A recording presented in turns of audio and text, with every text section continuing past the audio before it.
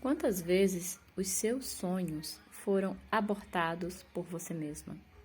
Quantas vezes você se permitiu paralisar-se por duvidar, por não acreditar em coisas, o qual Deus falou no seu coração que você vai conquistar, que você vai vencer, que você irá além. Lembro-me da passagem de Sara, esposa de Abraão, e Agar, a escrava egípcia, que também era a segunda esposa. A Agar era frutífera. Ela tinha facilidade de engravidar e ter filhos. Já a Sara não tinha nenhum. Mesmo sendo a mais amada, a predileta, a especial, a primeira esposa de Abraão, ela não tinha todos os seus desejos e sonhos realizados. Afinal de contas, isso era biológico, o corpo dela. Não era simplesmente que ele pudesse comprar. E tempos se passaram, sofrimento, humilhações. A escrava egípcia fazia questão de sempre passar na frente da Sara com os seus filhos e fazia questão de humilhá-la. E por tempos eles iam, de ano, uma vez ao ano, eles iam prestar adoração, prestar louvores em um templo, levar em agradecimento ao Senhor e orar, né? E todos os anos Sara ia sozinha, só chorava. Antes dela ir, Agar fazia questão de passar com as crianças na frente, mostrar, brincar com os meninos, humilhá-la, sim, feri-la. E em uma determinada época, Sara cansou dessa situação e se permitiu, em vez de ir só chorar, reclamar do que não tinha, ela foi orar, colocar aos pés do Senhor aquilo que ela desejava, mas que apenas fosse da vontade de Deus. Ela fez um voto com Deus, que se fosse da vontade dele, dela ter uma gestação, dela ter um filho, ela o devolveria. Depois de desmamar, entregaria ele para o templo. Naquela época era muito comum mães entregarem seus filhos para serem criados na igreja, na religião, né? No templo do Senhor. E assim foi feito. O contexto da história é o quanto você está disposto, ser humano, a abrir mão do seu eu, das suas coisas, em prol dos seus desejos. Sabe, enquanto ela estava olhando aos defeitos dela, porque Abraão era riquíssimo, tinha posses, tinha bichos, ovelhas, nananana, mas ele não pôde comprar uma gestação.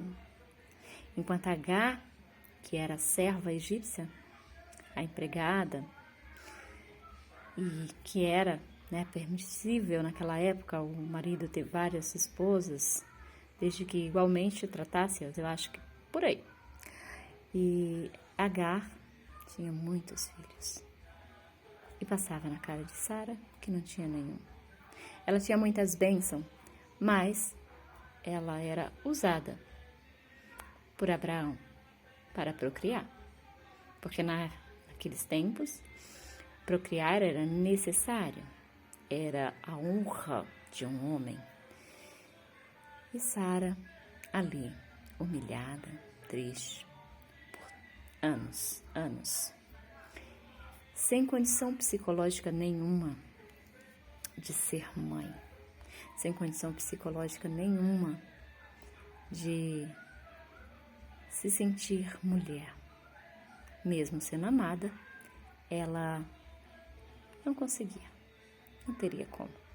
E aí sim, quando ela se pôs aos pés do Senhor e parou de se permitir que os outros, que a Sara, colocasse entulhos na mente dela, no coração dela.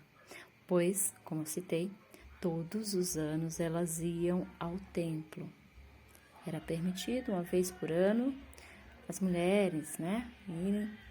E ela não, chateada, com o coração triste, humilhada por não ter filhos, ela ia com foco errado. Ela chegava, sei lá, a só falar: Agar tem filhos, eu não tenho, eu sou seca, blá, blá, blá, blá. Ela só via os defeitos. Mas, no momento certo que ela abriu mão do ego, do eu, e colocou a Deus, sabe? Senhor, se for de sua vontade, é o desejo do meu coração te dar um filho, ter um filho de Abraão, e te darei esse filho. Ele será servo da sua casa.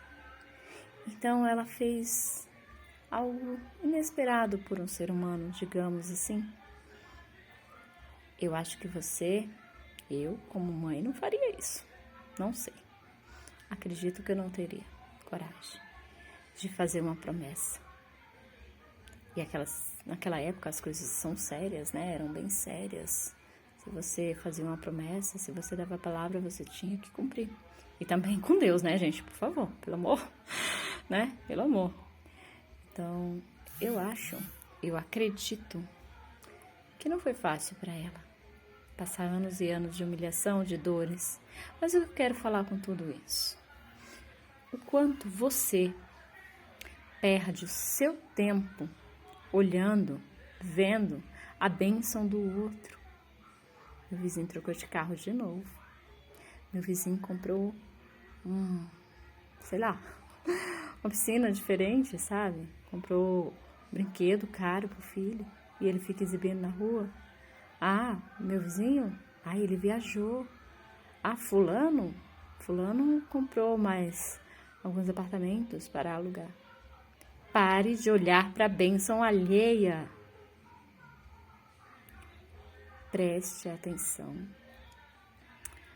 Você também tem capacidade de chegar aonde você quiser. No entanto, isso requer vontade de deixar a vida do outro. É muito importante você saber que não é o outro que vai mudar a sua vida. As suas atitudes, as suas determinações, as suas escolhas mudam sim a sua história, mudam o seu caminho. Ter o Evangelho é muito importante. Afinal de contas, é o que te dá um espaço, não um espaço, mas um caminho de estabilidade emocional. E quando parece que tudo vai dar errado, entenda, é uma estrada sim de aprendizado, é um caminho pelo qual você precisa passar, mas que ao final dessa longa estrada, você vai ter aprendido muitas coisas e conquistará tranquilamente, encontrará com mais sabedoria, discernição e preparação aquilo que você realmente deseja. E se lá no final você não conquistar, saiba que Deus em todo instante esteve com você, desde que você tenha permitido a caminhada dele ao seu lado. Ou até com você no colo, hein? Papai do céu é maravilhoso. É que no momento das nossas dores, na hora da dificuldade, a gente prefere falar da vida do outro, só resmungar da própria vida e não vê o quanto você é amado de Deus. Repense, reveja suas atitudes.